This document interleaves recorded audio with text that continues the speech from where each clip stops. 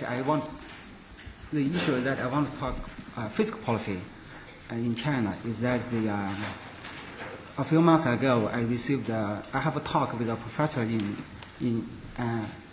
Germany. He raised a question that what's the role of fiscal policy in China? What's the difference? Is there any difference between the fiscal arrangements in China and the United States and the EU? I was shocked by that question. He said, according to the textbook, the principles in textbook, the Chinese fiscal system should not work. He asked the question because in his opinion, for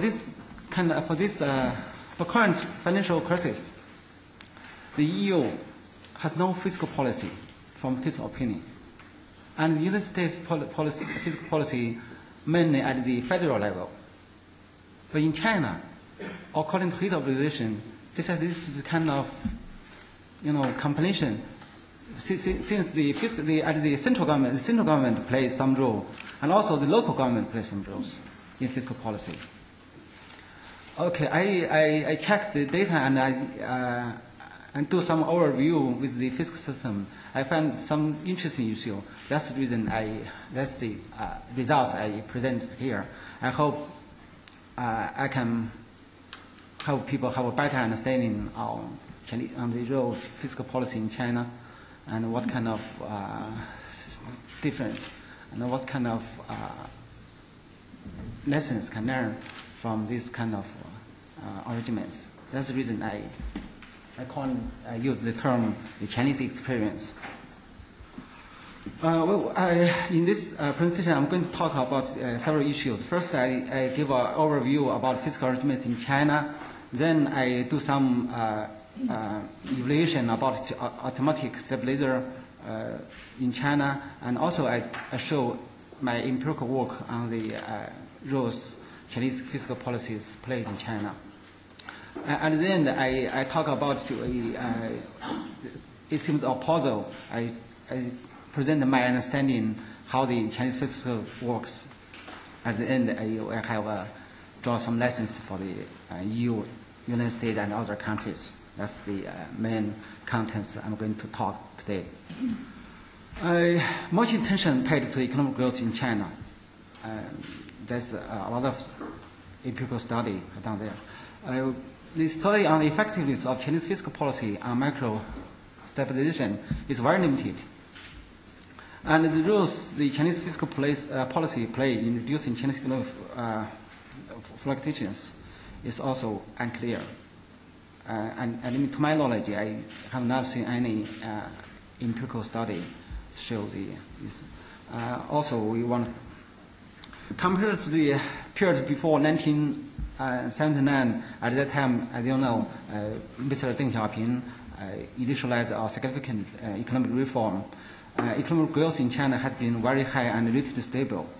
The reason is why. Of course, there are several reasons.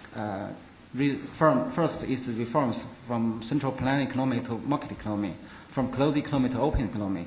Also changes in economic structures. Also, we want to there's a monetary policy and a fiscal policy. And monetary policy has played important roles. We want to know what kind of roles fiscal policy plays. This is the economic growth rate in China. Please pay special attention to this point. This is the year the China major economic reform initialized in this year, 1978. Look at it, before that we have there's an economic downturn in the 1990s. There are several. After that, please see this. There's no any big recessions. There, of course, this is a fact. For economics, we want to know why. First, we show that fiscal arrangement in China overview. Just to show you, the Chinese public sector has been growing since 1978, and also the Chinese fiscal automatic stabilizer relatively small. And please notice that all this assignment is sent to local governments. That's different with other countries, especially the United States and the EU. And the revenue side, we have a personal income tax, corporation income tax. Expenditure side, we have unemployment insurance. All these functions are sent to the local governments, not belong to the central governments. Also, to deal with the to deal with economic recession, for the Chinese policymakers, the fiscal instruments are very limited. Well, I will show you in detail. This is the several numbers about Chinese government revenue. I showed because of the limited of the space. I showed data from 1994 to 2007. But look like the last column. In 1994, the government revenue as a share of the GDP is about 16%. In 1970 and in 2007, this number becomes look like this. It becomes around 27%. Oh, here is the more. I think the picture shows more. You can see that is increasing, has been increasing from 17% to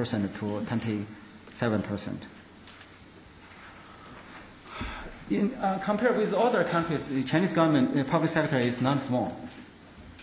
We look at this. This is China in 2007. This is Korea, 25%. This is Japan, 27, almost in the same position with China. This is government revenue, not expenditure. We are a bigger number than Mexico. Of course, the number is relatively small with the European countries, especially the Scandinavian countries.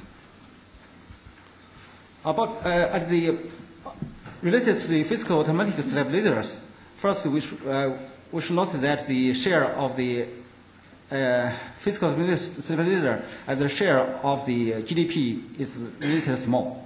Secondly, all these functions are sent to local governments. Another issue we should mention that is the local governments are required to keep budget balanced and are not allowed to issue debt in China. That's another issue. Here is several numbers about government revenue structure. In 1994, personal income tax as a share of the government revenue is less than 1%. In the corporate income tax is much bigger number, is about 8.8%. This to 2008 to 2007, the personal income tax share is become 4.6, still relatively small, and also the CIT becomes almost 13%. This is the structure. This is main components of the fiscal automatic stabilizer. We want to show you. This shows that at the revenue side, the fiscal automatic stabilizer is really relatively small compared with other countries. This also data about it. This shows that this is the tax on goods and service. This part in China, which means in China the main government revenue is from the VAT, which is tax on goods. Also the business tax, which is tax on service. In China, the main government revenue is taxes on goods and service. Here I do some comparison with the data United States, China, and the OECD average. Here's the personal income tax. As I showed you in 2007 in China, the personal income tax as a share is as share of the government revenue is less than 5%. But the same number, same share in the United States is 34.7%, much higher than the China. And look at the OECD average, is still higher. Which you may know, as you know, the personal income tax is a very important fiscal automatic stabilizer. But in China, this kind of issue is because the personal income tax share is small. it cannot make a bigger contribution to economic to deal with the recession seriously. Another very important issue is the relationship between central and the local government. The government functions assigned to the central and the local governments. In China, the major expenditure, the major taxes, the major components of the fiscal automatic stabilizer assigned to local governments. Let's show you here. Here's the China. The revenue structure of the central government. Here's the China. We have the taxes on income and profit is only account for the 10% of the central government's revenue. This number, if you took Japan, Japan has a much bigger number. In Japan, here's Japan, here's Korea, and here's the United States. At the local level, look at here's China. The tax on goods and income and profits, which means the CIT and the PIT, has a much bigger share than the other than a lot of countries.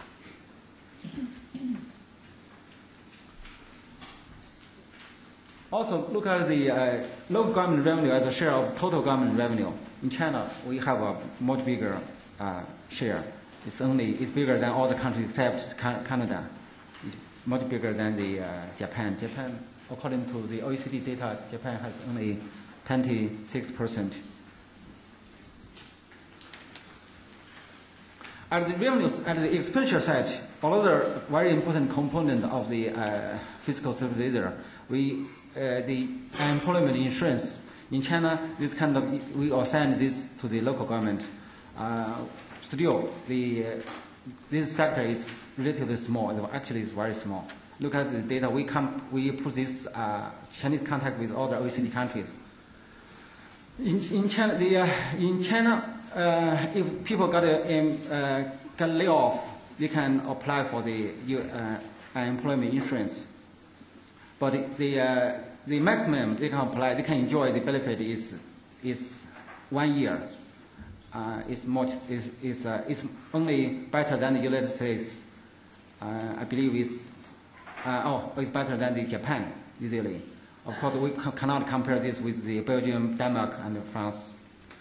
Also, the the employment insurance benefit is very, very small compared with the salary before they got laid off. In China, usually the UI benefit is account for only 20% of your salary. That's pretty mean, which means the UI benefit is really is not generous. It's not a good. It cannot support your consumption.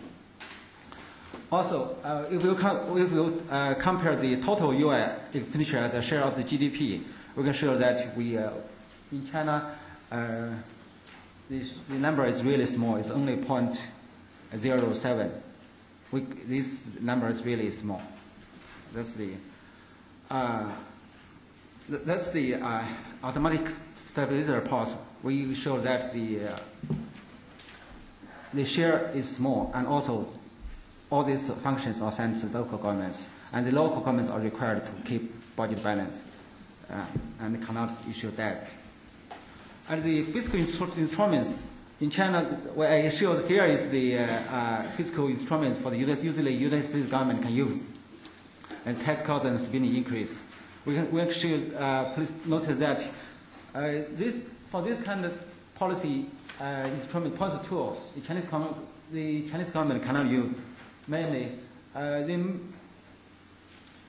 for this tax cut side, so this revenue side, the only one we can use for sure is that they make dividend and capital gains tax cuts permanently.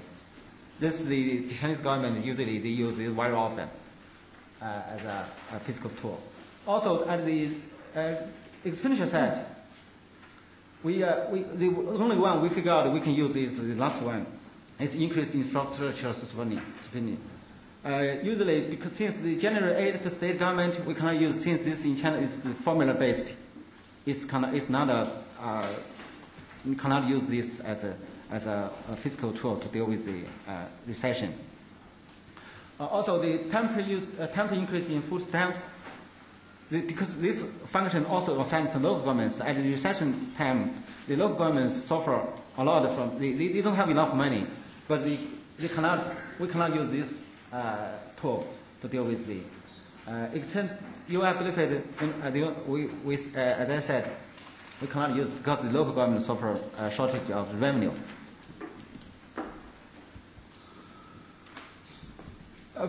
We wondering what's the policy implications of this fiscal arrangement in China.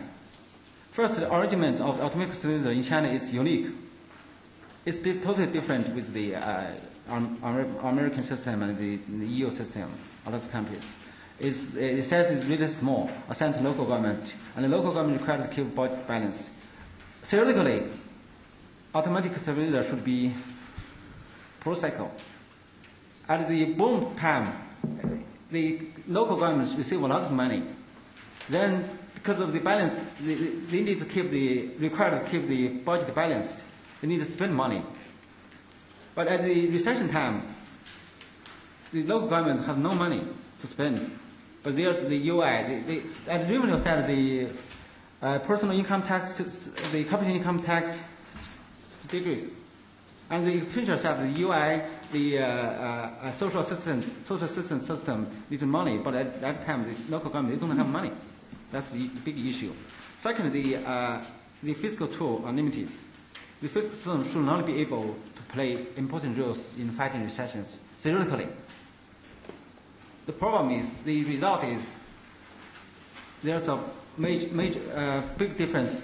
In China, I will show you the fiscal policy have done a good job in fighting recessions. First, automatic stabilizers do work in China. Look at the data. The GDP and tax growth rate and look at the GDP growth rate. The SD is the standard deviation, which measures the cycle issue. Here is the tax has been very sensitive to economic growth. Look at the picture. I will show time. Also, the tax have been, in particular, CIT and the PIT is very sensitive to the economic growth. The VAT, also the employment rate is very sensitive to economic growth. And one of the most important issues is that economic slowdown is followed by increases in the growth rate of infrastructure expenditure, which is mainly provided by the local governments. This is the puzzle actually for us. Since theoretically the local government may play large game, they may not, they don't want to prioritize infrastructure expenditure, but they did. We also wish to try to understand the relationship between the fiscal policy and the business cycle. We have done some empirical analysis. We want to show you fiscal variables and output fluctuations, and fiscal variables and the consumption issue, fiscal variables and the private GDP. I skipped some slides. Here's the regression equation. We want to use the government sets to be a major explanatory variables to explain the variation in GDP growth, the standard deviation of GDP growth rate. And also here's the results. We want to show you the results. Is that the revenue as a share of the GDP. We want to show the higher revenue as a share of the GDP, which means the lower standard deviation of economic growth, which means that which implies that the fiscal policy has has an important role to play in reducing business cycle. Also, as the picture said, we please look at this. We show that the evidence shows that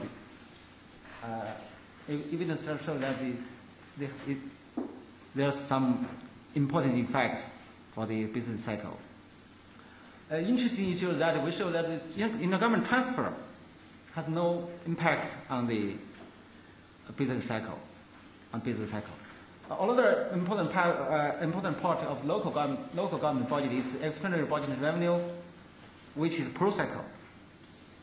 Because this kind of budget is out of the control of the local Congress, also the budget expenditure is mixed. This two parts makes the business cycle worse. This is the one result I want to show you. Also, we got the same similar results in this issue. It seems a puzzle. Theoretically, the Chinese fiscal system should not work in fighting recessions. Empirical evidence shows that the system works well. We try very hard to figure out what's going on there, what kind of factors we did not notice before. The literature didn't notice that. The first one is after the 1978, in China, all the important economic decisions decentralized to local policymakers. For example, when the local governments then they need to think about what kind of issue we can do at the boom time, and the recession time. The local governments run fiscal surplus. Since we know that there's a business cycle, at the second time they need to keep budget balanced. They cannot issue debt. They run a fiscal surplus. Since they know very well that it's shortage of revenue when hit by our crisis. This characterizes in 2006, the year before the fiscal financial crisis came. All the Chinese provinces had fiscal surplus. Please note that the Guangdong, one of the most important provinces, there's a huge fiscal surplus. Yes. Which means the local government may run self-insurance. Since they know there's no people they don't have money, then at the good year, they run fiscal surplus. The number two reason is that political system matters. The local government may not be able to play that game, such as in the United States and EU. For example, the local governments are required to increase infrastructure expenditure by the central government. The state council told each and every the province governor say, please do this, please do that.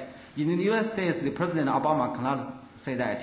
In the EU, government cannot say the member states do something. In China, since the unique system, the local governments are required to do something at the crisis time. That's the political system matters. Local government follows state council's decision. For example, Hangzhou in 2009 issued 1 billion yuan consumption vouchers. That's another issue. Since they may not benefit other cities, labor areas. The political system matters. The MOF issued 2,000 billion yuan bonds for local governments, including Sichuan, Shanxi, Henan. With these areas, there's suffered huge shortage of government revenue at the crisis time. There's another reason is that the existence of household registration system problem facing local governments in Western countries such as the United States. They cannot increase the UI and the other social assistance program, the ability level, because people may come to their place. There's a run to the bottom form. But in China, because the existence of household registration system, local government can increase their UI benefit, social assistance benefit, without worrying about the other people run to their jurisdiction. This is for the other country. We want to show you that the automatic stabilizer works. There's a lot of countries show that they don't believe this automatic stabilizer works. The second one is the central and local coordination matters a lot. The third one is the fiscal federalism plus unitary governments is good for micro stabilization. That's the very important message I want to show you guys. And in this presentation, I try to show you that the Chinese fiscal arrangements and the relationship between Chinese fiscal arrangement and Chinese business cycle. And I hope I can. The main conclusion is that central and local conclusion is important. Also, the institution background also important for fiscal policy's effectiveness. Thank you very much.